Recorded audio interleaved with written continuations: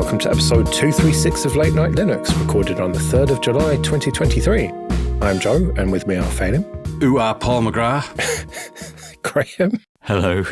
And Will. I've only got 600 words today. Before we do news, just want to say thank you to all the new patrons. That has ticked up significantly since the last time we recorded, and we talked about the dynamic ads and stuff. And thank you to everyone who got in touch about that. That is still an ongoing situation, getting all that sorted out. So it's not going to start just yet, but it will do soon. And people had concerns about, are they going to be like super loud? Well, have you heard how loud these shows are? No one is going to be able to do ads louder than I mix this, so don't worry about that. And they're not just going to be randomly in the middle of sentences. You get to say exactly where you want these ads to be. They were, I think, the main things that people were worried about. So yes, thank you, everyone. Right, let's do the news then. And we've got a few stories that we could talk about, but let's see how we get on with this first one. I would say this is probably the biggest Linux news since Canonical dropped Unity. And that is that Red Hat won't be publishing the source code for Red Hat Enterprise Linux, RHEL, to anyone except their customers. So it's not going to be published. It's just people who are paying for subscriptions. So to be clear, the source for CentOS Stream will still be public. It's just Red Hat Enterprise Linux that won't be. And you can still get access to the source code if you are a customer. But if you are a customer and you then exercise your rights under the GPL to publish that source code, then your agreement may well be terminated with Red Hat and you won't get any updates or any more versions of RHEL.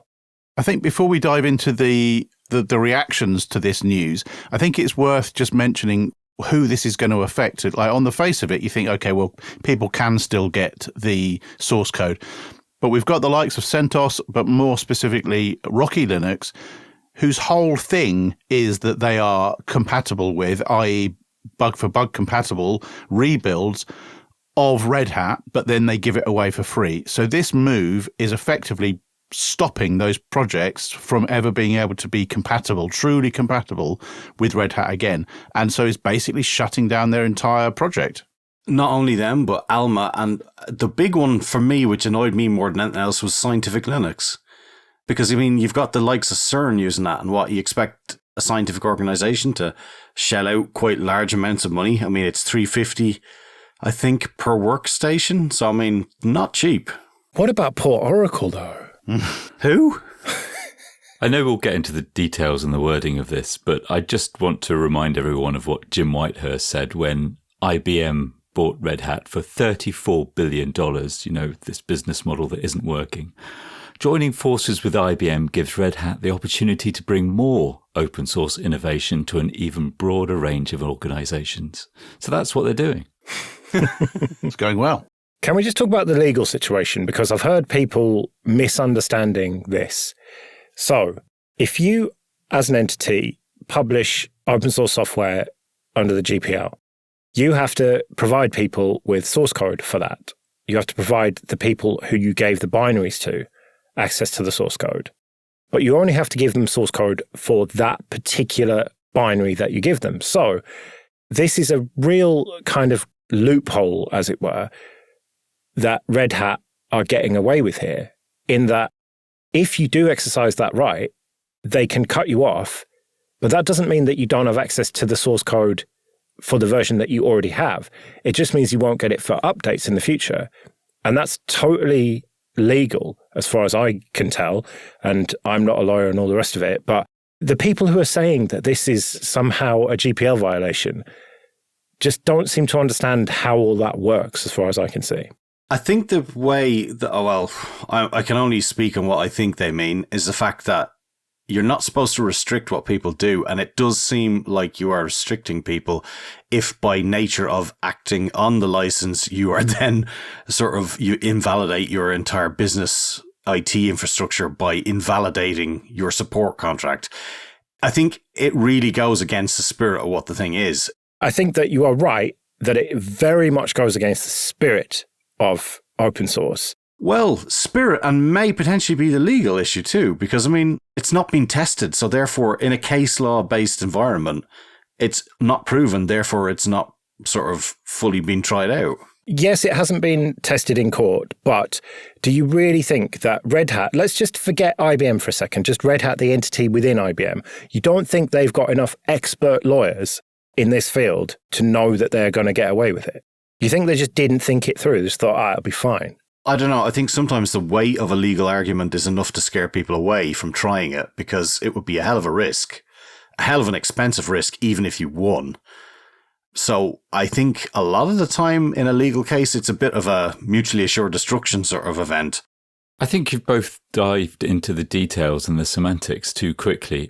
We'll talk about it, I'm sure, but Bradley Kuhn of the Software Freedom Conservancy, who's, spent his entire career talking about the legal issues, looks at this and it looks like it is legal. But the big thing for me, the big profound difference that I think is inarguable, is that Red Hat has always been a beacon of open source software development and success in its commitments to the kernel and all the other things that it commits to, GNOME, and continues to do so. We must say there's lots of software engineers who are continuing to do that, but it was always under the umbrella that it was going to do good. And this is something we've seen time and time again, especially when companies are bought by other larger companies, and it will happen again in the future.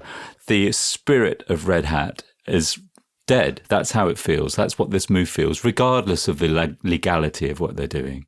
Well, that's something that there's been a lot of debate about. Is this a Red Hat initiative, or is this an IBM initiative? Is it IBM forcing Red Hat to do this? And from listening to what the Red Hat employees say, they don't get that impression at all. As far as they're concerned, this is coming from Red Hat and not IBM.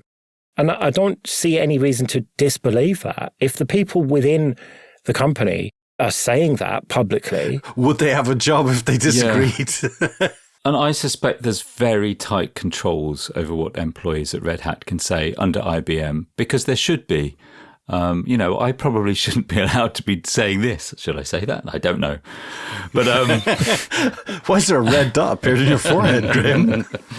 But I mean, there will be tight controls, and maybe they've been told if they have something positive to say, they can say something. But if they have anything negative to say, they really shouldn't be saying it. Well, that said, I've seen some negative takes from Red Hat people. I've heard them say, look, this is not ideal. I don't agree with this, for example, very publicly on Mastodon and Twitter and stuff. I think regardless of who is giving the message, it all must stem from the very, very top of IBM, who are ultimately the bosses of Red Hat. If IBM are concerned about the bottom line, which they are, and they see Red Hat as a cash cow, they will be looking for ways to improve the income of Red Hat to prop up the rest of IBM while it's having troubling times. If the boss of IBM says to the boss of Red Hat, we need you to make more money, it doesn't matter what you do, we don't care, just make more money, then the CEO of Red Hat is obligated to find opportunities to bring in more money, and that's exactly what they've done. What about this argument that there's no value in the rebuilds? Because I've seen Red Hat employees say that they tried to make the case that Red Hat shouldn't do this, and they just couldn't gather enough evidence that it was worth Red Hat continuing to publish the source code and enable Alma, Rocky, et al. To keep doing their rebuilds, because they don't do enough upstream work. It's sort of impossible for them to really do that, is the argument, because they have to be bug for bug compatible with RHEL. And so they are inherently downstream from it and can't really contribute upstream, because they're not even really downstream, are they? They're almost like sidestream, because they're just a complete copy of it. It's not like Ubuntu, which is downstream from Debian, and they can contribute upstream to that. And Red Hat wants people to contribute to CentOS Stream instead, because that will feed into RHEL. Yeah, I think the problem there is the fact that this feels like a problem of Red Hat's own making, because they took over CentOS, and because they did that, two things spawned from the side of it. And I think the problem there is the fact that they did it in the middle of a release, and they've now done this one in the middle of another release. So it was first in 8, which was supposed to be support for 10 years, and then they hobnailed that and said, no, it's all gone to Stream now, and just tough. And then the same thing has now happened for 9. So it's kind of hard to believe anything they say with that, because they're a company that was making billions. And it's hard to feel too sorry for a company doing that, in the fact that it seems like this is just a land grab, maybe. Now, they might very well have some other information that I don't about what maybe Alma or Rocky were doing. I have no clue. Or even Oracle Linux. It could be them. But the thing is, they have existed sort of in peaceful coexistence with Oracle for so long that I don't think it was them. The original justification, if you like, for there being these other bug-for-bug compatible versions of Linux was that, from Red Hat's perspective, you were building a community of Red Hat knowledgeable and experienced and even qualified engineers who could take that experience out to their workplaces and use competing products with Red Hat, but still the Red Hat ecosystem would build, and the amount of people out there knew how to use it would build, and that would reinforce the dominant position of Red Hat. Mike McGrath, a VP of platforms from Red Hat, wrote a couple of blog posts talking about the decision generally and crying a little bit about how the community got upset about it. And what he really focuses on is that there is, as Joe said, there is no value in these rebuilds for them anymore. They've got CentOS, which is now different, but they don't value that community of Red Hat-focused users to take that out to the wider world. They have now said, we don't care about that anymore, and that's a real shame. Well, my understanding is that they believe it to be a myth that having all those people out there using the rebuilds will actually translate into paying customers. I think he's just sniffing glue if he believes that, because where you get access to people at the low end beginning, when they're starting out, a new company, university people, if those people are not using your product, they're not going to care less about it. Like, I've not really grown up in Red Hat land. I'm never going to use it. Everywhere I encounter it, I try to get rid of it because it's just not my thing. I run Debian or Ubuntu-based systems. If every company now looking at this goes, right, so you know the way we have 300 developer machines that we need to run, we now have to either switch them to Stream, which is a completely irrelevant product if you have to go to a fully supported thing. I don't know what they're thinking that people are going to do here. Who is going to be testing an upstream, almost rolling release for a stable RHEL release? It's absolute nonsense. No one wants that. What people want is a free version of RHEL. And if they don't like people having a free version of RHEL, they shouldn't be surprised when people no longer even talk about their product, because nobody can afford to use it, because you just can't roll that out in a dev environment. And they say, oh yeah, you can get so many X licenses as a tester, whatever. That's just not relevant in a business thing. You've got like developing, QA, pre-production, and then production. Production's a bit where you might have RHEL.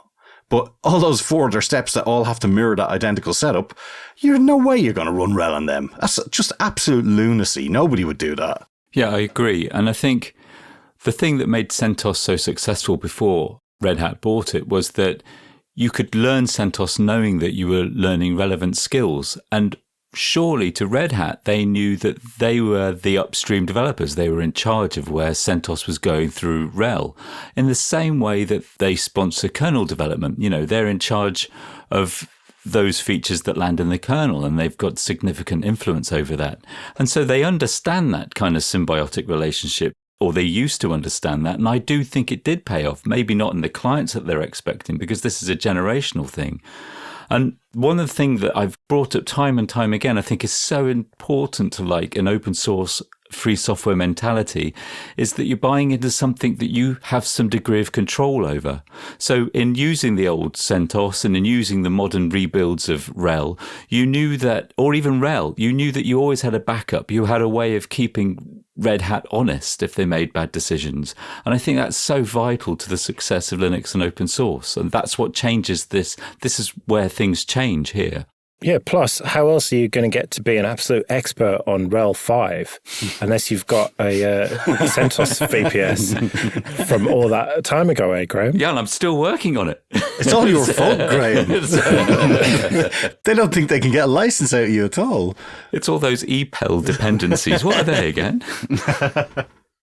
Okay, this episode is sponsored by HelloFresh. With HelloFresh, you get farm-fresh, pre-proportioned ingredients and seasonal recipes delivered right to your doorstep. Looking to eat well this summer? HelloFresh's menu features calorie-smart and protein-smart lunch and dinner options, plus new vegan dinners to choose from. HelloFresh makes it easy to reach your food goals with flavorful recipes that leave you feeling satisfied. Did you know HelloFresh offers more than just delicious dinners? It's now easier than ever to skip that extra grocery store run by adding snacks, sides, and more to your weekly order. Simply shop HelloFresh Market and take your pick from a curated selection of over 100 items. My co-host Dalton from Linux After Dark tried HelloFresh and said having all the ingredients together and correctly portioned is super convenient, and the great meal selection made it tons of fun to try out new ingredients and techniques. So support the show and go to hellofresh.com/latenightlinux50 and use code latenightlinux50for 50% off plus free shipping. That's hellofresh.com/latenightlinux50 and code latenightlinux50for 50% off plus free shipping. On to a bit of admin then. First of all, thank you everyone who supports us with PayPal and Patreon. We really do appreciate that. If you want to join those people, you can go to latenightlinux.com/support. And remember, for various amounts on Patreon, you can get an advert-free RSS feed of either just this show or all the shows in the Late Night Linux family. And if you want to get in contact, you can email show@latenightlinux.com.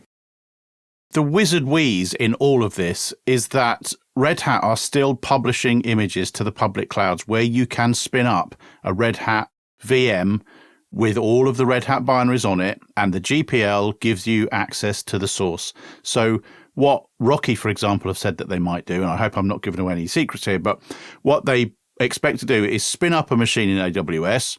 They now pay for that machine. They have a legal obligation or a legal right to get access to the source. They ask for the source, then they switch the machine off.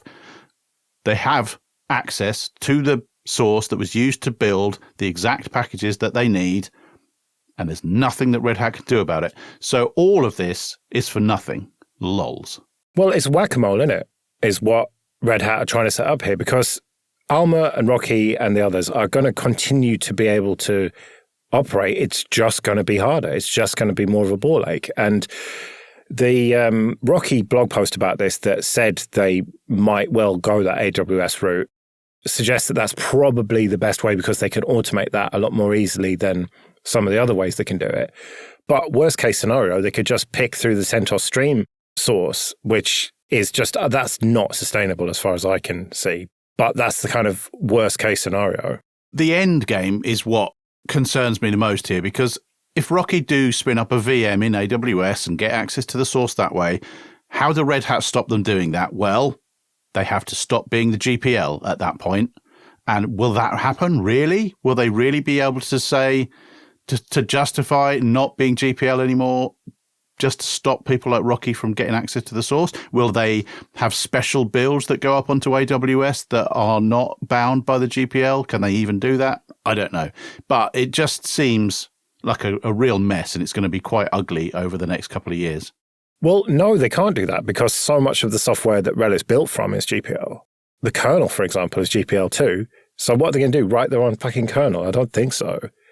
So they just can't get away with that. They can try and change the license of stuff that they have written, but that just doesn't seem likely to me.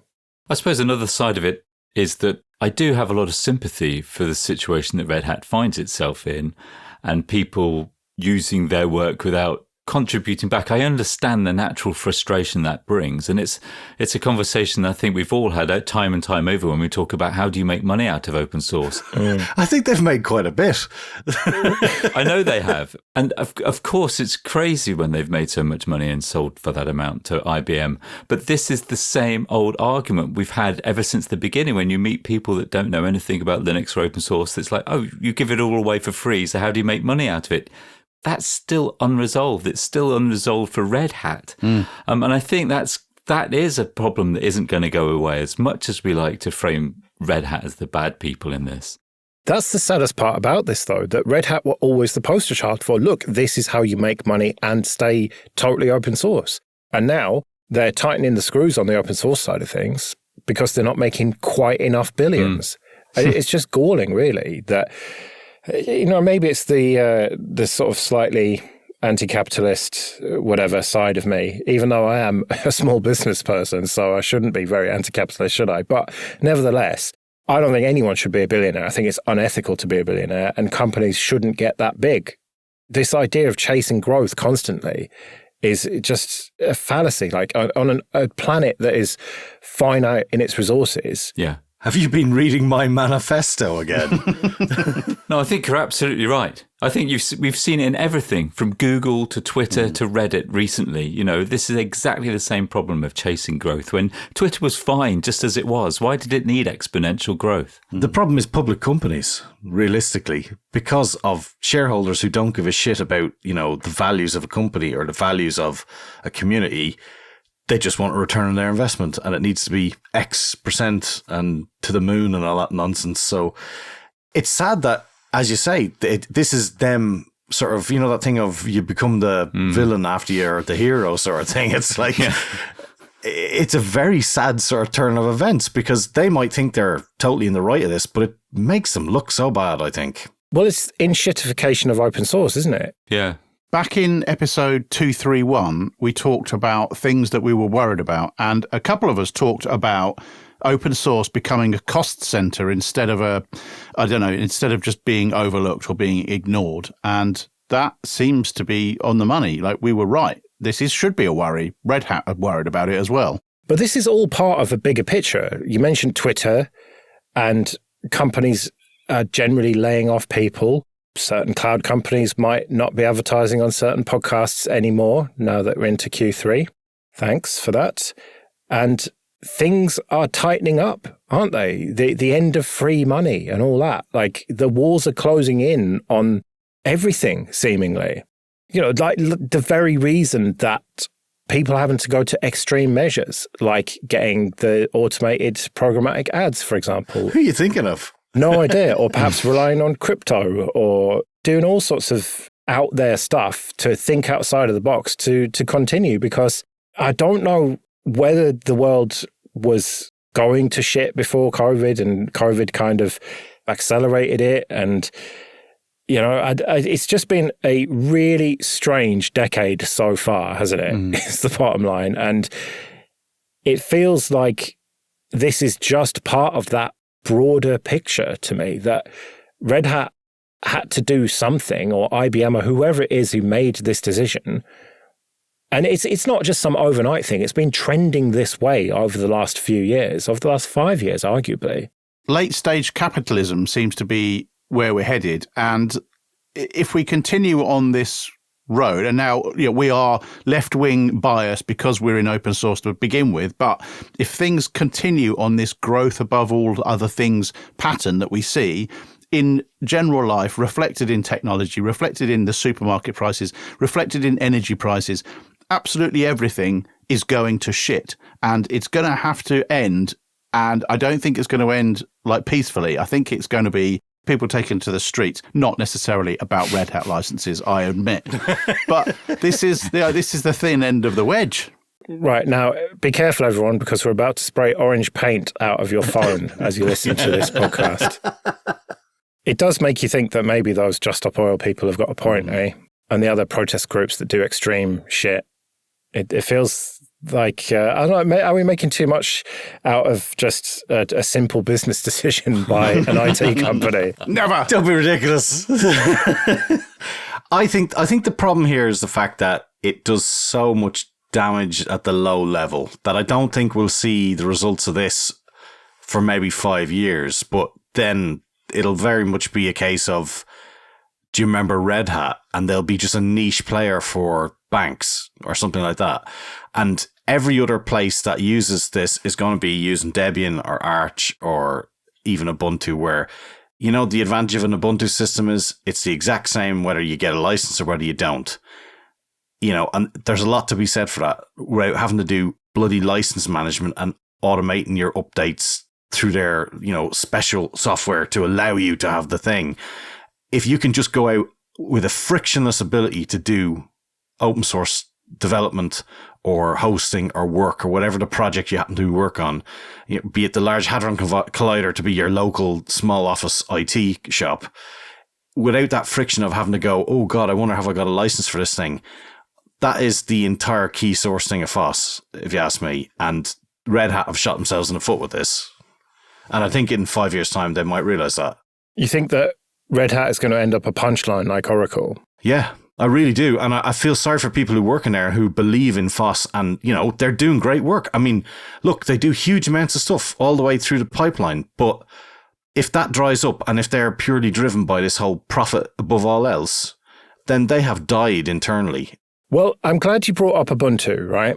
And Graham, you might want to go and make a cup of tea or something because here it comes. Canonical is not immune from this same shit. And it's not to the same extent, but with their Ubuntu Pro updates thing, they're paywalling the updates. And as far as I can tell, I may be wrong, and please correct me if I'm wrong, either Graham or one of you lot or someone listening. But as far as I am aware, they are only offering the source code for those updates to paying customers. For ancient software, though, that's the difference with this. This is not 2204. It's not even 2004. It's 1804, which has just gone dead and beneath. So, you know what? I don't have a problem with that. That's fine, because why are you using it? Update it. Well, no, I'm talking about things like ImageMagick and stuff. That was the first. That's only stuff that's old, though. So if you keep up with the free LTS versions, you're golden. You don't have to worry about this. Well, like I said, it's nowhere near on the same scale as Red Hat, but it is the same sort of thing. And it worries me that if, let's just say, the people at Canonical, could be any of the people at Canonical, see Red Hat, pull it off, get away with it, revenue goes up as people say, oh, bollocks to it, we'll have to just pay for Red Hat licenses then what is that going to make the spaceman think? You know, maybe he might be inspired to have a bit of this, is my worry. The only thing I would say against that is that at least there's Debian, at least there is Arch. I mean, Debian, realistically, Arch lunatics, Graham. But yeah, I mean, at least that does exist. At least there's that ability to do that where you can pay people to work on the stuff and it goes back to everybody. And it's a simpler contract you have with them. It's funny that you go to Arch before OpenSUSE. Who? Just alienate like a third of our audience. Well done. I forget about them. Okay, yes, you are right. They do exist, and I did forget. And I used them for years, so I should not forget them, but I do. Well, and they have been making the point very much that they are committed to open source and not going to do this shit. It does feel a bit harsh, though, given a company that has been sold as many times as they have. To be fair to SUSE, they do seem pretty committed to open source. It doesn't seem like just rhetoric. But for some reason, we just don't care about SUSE, do we? Honestly, forget about them, to be honest. Yeah, I know. And we really shouldn't because... No, we shouldn't. You're right. Look, when we do episodes about them, and, you know, I've done a lot of episodes of a lot of different shows over the years, and I look at the numbers and everything. And when you do an episode about SUSE, OpenSUSE, whatever, you get a lot of downloads because people just don't talk about them, at least in the English-speaking world. So there's going to be loads of people who will write to us now saying, yes, I use OpenSUSE, it's great. I mean, Adam Pig, for one, who's just fucking obsessed. Don't encourage the man, for God's sake. Yeah, if it's not Sailfish, it's bloody OpenSUSE. We love you, Adam. Anyway, so what's next? What is Red Hat, or IBM's Red Hat, as people like to say, going to do next? Like, what about Ansible and loads of other stuff that they do? Are they going to do the same shit, or is it just going to be RHEL? I mean, I'd be okay with them taking out Ansible because I don't like it, and I like SaltStack. So, I mean, if they could hobble that, that'd be great. I think this is probably a change of attitude for Red Hat. And I know everybody knows, but I mean, everything changes. And I think this is one of those moments where things are changing for Linux and open source, and we'll readjust. And it also provides a huge number of opportunities for people who want to kind of fill the void and do other things and maybe fill the gap that Red Hat had. I mean, new projects as well as more established ones. I mean, that's what's always happened. So I think it may end up creating a more healthy and diverse kind of open source community, especially for kind of enterprise level Linux. And maybe, you know, Red Hat will just become one of those kind of, I don't know, guardians in the distance like Oracle. I mean, God. I mean, you said that about Oracle before being a joke. But Oracle are huge. They're hugely successful. Larry Ellison's one of the most richest people on the planet. So, you know, whatever they're doing is working, even if we don't find it exciting. In the world of capitalism, that is. Yeah. We better get out of here then. We'll be back next week when we'll have some discoveries and who knows what. But until then, I've been Joe. I've been Phelim. I've been Graham. And I've been Will. See you later.